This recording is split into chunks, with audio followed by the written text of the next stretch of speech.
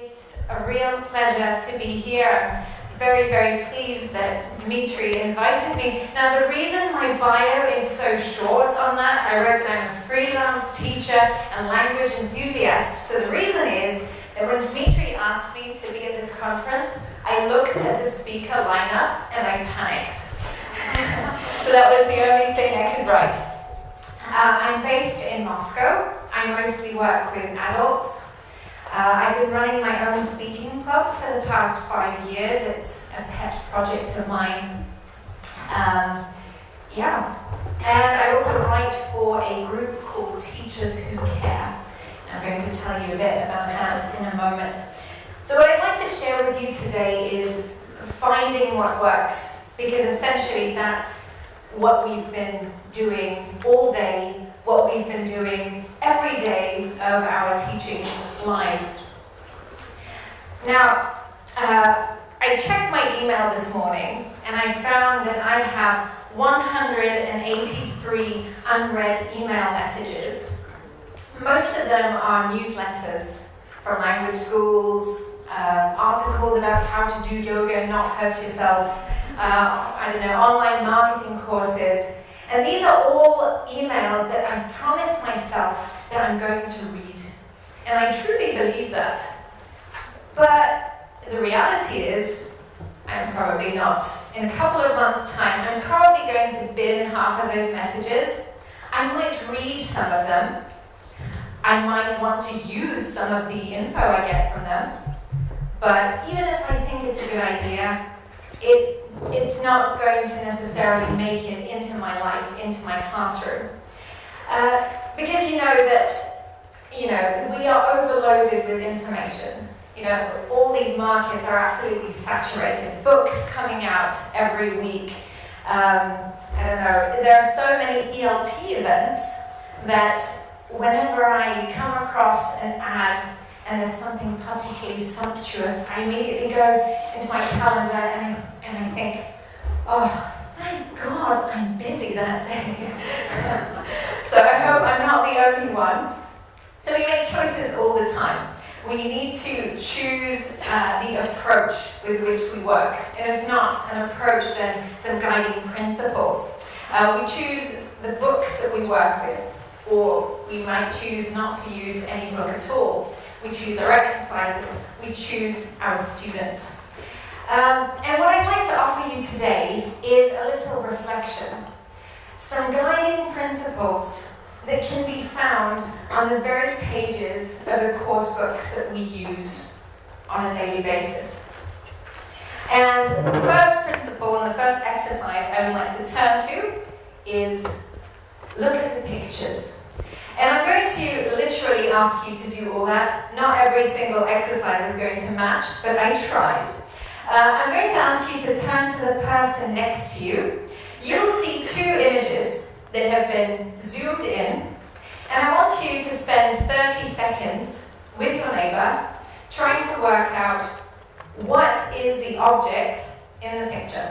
Okay? Got that? Let's go. A melon. Okay, more specific. Oh yeah, you can't see here. It's green and orange. You are kind of right. It's a type of melon. Do you know the name of this type of melon? Yes, I hear it. It's a cantaloupe. Well done. So the idea here is that, in order to figure out what we choose, we need to sometimes take a step back to see the bigger picture. We need to know what is available. What are the opportunities that are open to us in terms of our professional development, in terms of the teaching trends that are there.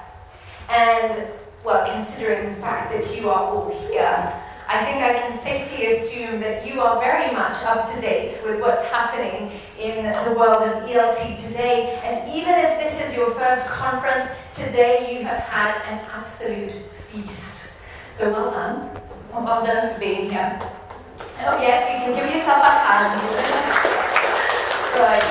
So how do we find out about these things, about the teaching trends and whatnot? You can obviously read books on methodology, and I'm sure I've heard many of them mentioned in the talks today. There are various seminars, workshops. The Dmitry Nikitin School do them all the time.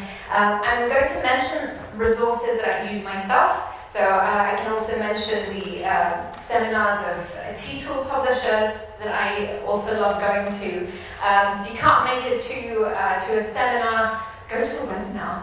Yeah, attend a webinar. One of the things I do, I mentioned that I write for a group called Teachers Who Care. And the writing I do for them is once every 2 weeks, I will review a webinar.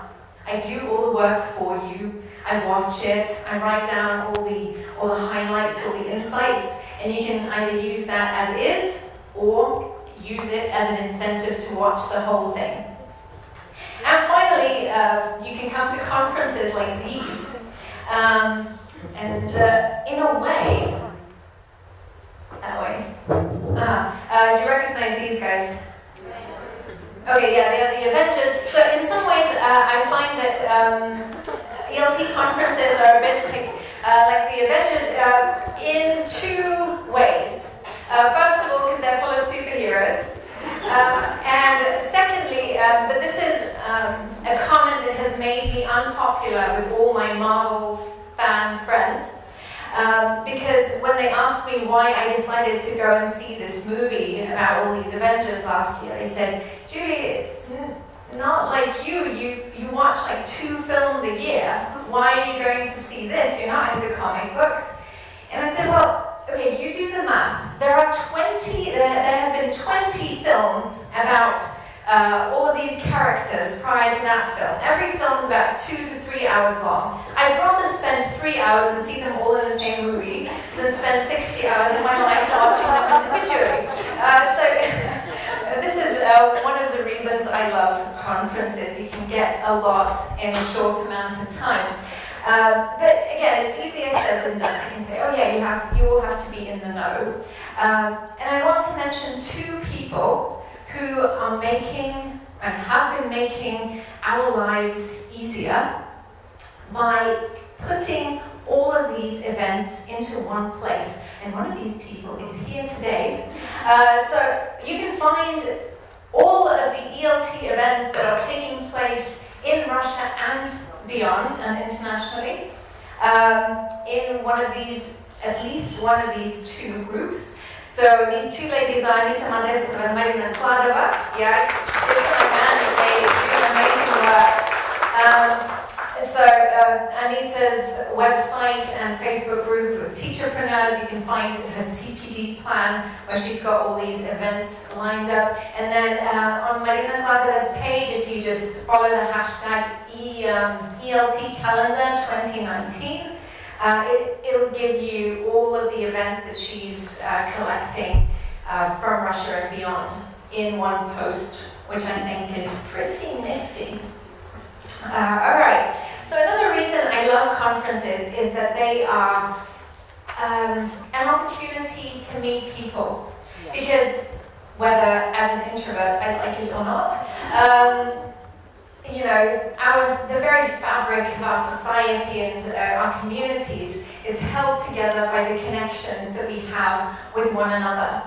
And that is precisely why the next exercise I'd like to turn to is work in groups, discuss the questions. We're not literally going to do that. But the idea is find a community. Find a community of people who care about the same things as you do. And it can be both offline and online. What I love about online communities is that you can get things done fast. You can get a response fast. When you're in an offline community, you're physically placing yourself in a space where you can bounce ideas off each other, where you can observe, listen, share your relevant experience.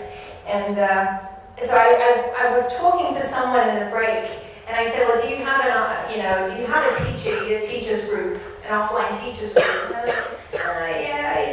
Maybe not. There's 2 or 3 people. 2 or 3 people is a good start. Even Jesus said, where 2 or 3 are gathered in my name, So it works. If you've got 2 or 3 people, go for it, because we need community. And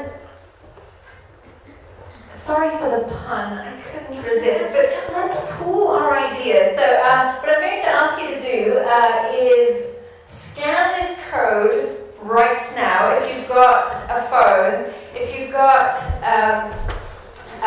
mobile internet, if you don't, ask a friend to help you with it. I want you to have something to take away with you, and we're going to do a little brainstorm. I should have said that earlier before putting this up. The question that will pop up is, what is one community, one teaching community that you can recommend? And I'm going to put your answers up on the screen along with a link that you can follow if you can't read this code. Okay, there we go. It can be offline, it can be online.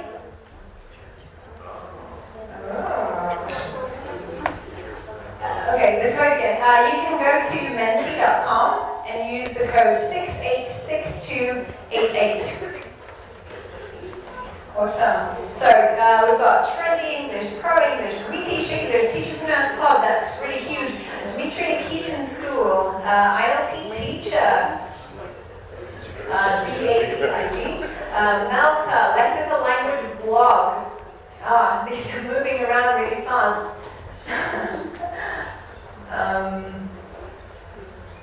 Wow. Anita, just said Anita. That's awesome. English Mexicano. Helena Cordex Group. Nice. Okay, you can keep adding to that for a second, although I will close voting in a moment. What I'm going to do is I'm going to screenshot this at the end from this account, and I'm going to post it on my page. You don't have to friend me, but it'll be available publicly. So you've got loads of these resources that you can go to if you're not already part of them. Awesome. We've still got 2 more exercises to go, so let's just go for it. Oh yeah, so I'm going to. Have I forgotten? Yeah, I forgot to include the name. So the next exercise is called Listen and Check, but it's actually a gap fill exercise. So you're going to work with the same person that you were doing, that you were talking about the pictures with, or if you're feeling very adventurous, you can talk to somebody else. This is going to be an exercise about various teaching approaches. Can you remember some of the teaching approaches that have been named today? Just shout out a few. Natural method, direct method, suggestipedia, teaching lexically, the silent way, teaching unplugged. Great. Okay, so I'm going to give you 4 statements that I have recently heard at various seminars. Every statement describes one approach to teaching and learning. So I want you to, I'm going to read them out to you, and then with a partner, just for 1 minute, talk about which approach you think is described in every sentence. Okay? One sentence, one approach. So the first one is about teaching English through engaging students in real-life tasks. Oh, you want to do it like that? Okay. TBL, any other answers? Sorry? Problem-based learning, task-based learning. Okay, let's have another. Does not teach grammar explicitly. The lexical approach, any others? The natural way, or the natural method. The communicative approach, TBL, okay, thanks. Often involves a lot of teacher talking time. The lexical approach. Somebody says no, it's not about the lexical approach. The natural approach. Sorry? Some kind of instruction, content-based instruction, the silent way. I think that's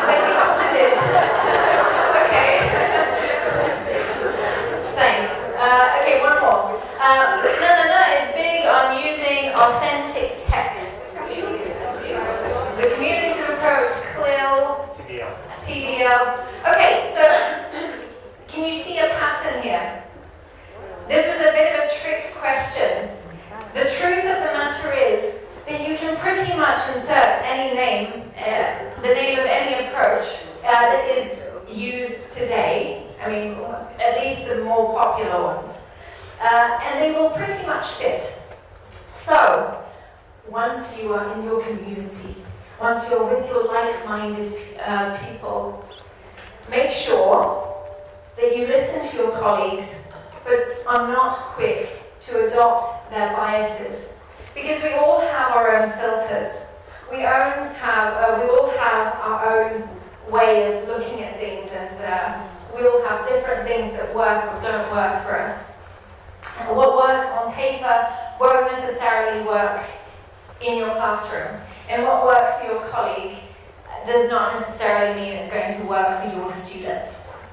And it's going to be right for them. So, test everything. And well, on to our final exercise, and that is complete the gaps. Although we've just done that one. The idea here is that even if we do everything logically, we rationalize, we choose the appropriate levels and the appropriate things, it does not mean that there will not run into problems. Things might still go wrong. And a good question to ask ourselves is what might I be missing? What are some of the things that I don't see, apart from the obvious? So I would like to very quickly share with you 4 stories of my students, and I'm going to ask you to help me figure out what went wrong, how to fix it. So my first student, let's call her Helen. She's a beginner, she's an actress, she needs English to talk to her colleagues and get better roles. And I decided that I'd save her some money. It was a long time ago, So I decided that I'd just print out worksheets on my black and white printer at home, and we'd only use that. And I thought I was doing great because, I was teaching her functional language, it was level appropriate, but every time she would come into my class, 15 minutes later, she would be like, and I said, you're a grown woman, what's wrong? What could possibly be the matter? Do you have any kind of inkling as to what might have been the problem? She wanted a colourful book. She just could not. It hurt her soul to work with these black and white boring printouts. It's something that I hadn't considered before. Now my next student, let's call him Boris. So he's elementary, he works in an office, he needs English to go on holiday with his partner. And so by that time I just read Teaching Lexically, and I was like, whipping out my lexical approach like it was nobody's business, and collocations and stuff like that, And at the end of the lesson, he said, Julie, thank you, that was nice, but could you give me a grammar chart? I was kind of hoping you'd give me one of those learn grammar in 16 lessons classes like on TV. So this story could have ended in a number of ways. It's very situational. So in our case, that was, not that moment, but our story quickly came to an end because our ideas were simply too different. We met each other at the wrong time. It was just not meant to be. And sometimes that happens. Okay, my third student, let's call him Gerald. He's upper intermediate, works in business, and he just needed a language partner to keep up his level of English. So we would meet at 11 o'clock in the morning, twice a week. It was going well. He was really keen to share all the expressions that he'd learned from the TV shows he was watching. We were talking about issues that were relevant to him. We were following a book that he really enjoyed. But then, about 2 months in, he started to cancel on me. He would message me in the middle of the night saying, sorry, I ate something weird, or, I don't know, I haven't been sleeping well, or he would make some stuff up. At least I think he made this stuff up. And then we talked about it, and we made one tweak, and after that tweak, he practically attended every single session he booked. Now, what can you guess that the tweak was? Change the time. Yeah, we just changed the time to 5 p.m. He was a terrible night owl. He could not do mornings. Okay, that happens too. That was the thing that I missed. Okay, my final student. This is literally how he's called in my phone, Sherlock, because he looks like Benedict Cumberbatch. So he's one of the few offline students that I have. And so one day, there was this Facebook thing going on, and people were asking about teaching online, and I messaged him, and I said, why do you not want to study online? Why do you want to keep our offline lessons? And to that, he responded. And I have permission from him, thankfully. I'm so glad. This is the message that he sent me. This was the first audio message he ever recorded for me. It was 3 minutes long. I'm going to give you the first 15 seconds. If I can get it. Think I can get it? Hi. Why did you decide that I don't want online lessons? Maybe I want. So, the moral of the story is don't make too many assumptions. Check for what you might be missing. So to recap, look at the pictures. Make sure you're available. You're aware of what's available. Work in groups. Have a community that you can fall back on. Listen and check. Don't believe everything you hear, but rather test it. And complete the gap. Take a step back to see the bigger picture and what you might be missing. Thank you very much for your attention.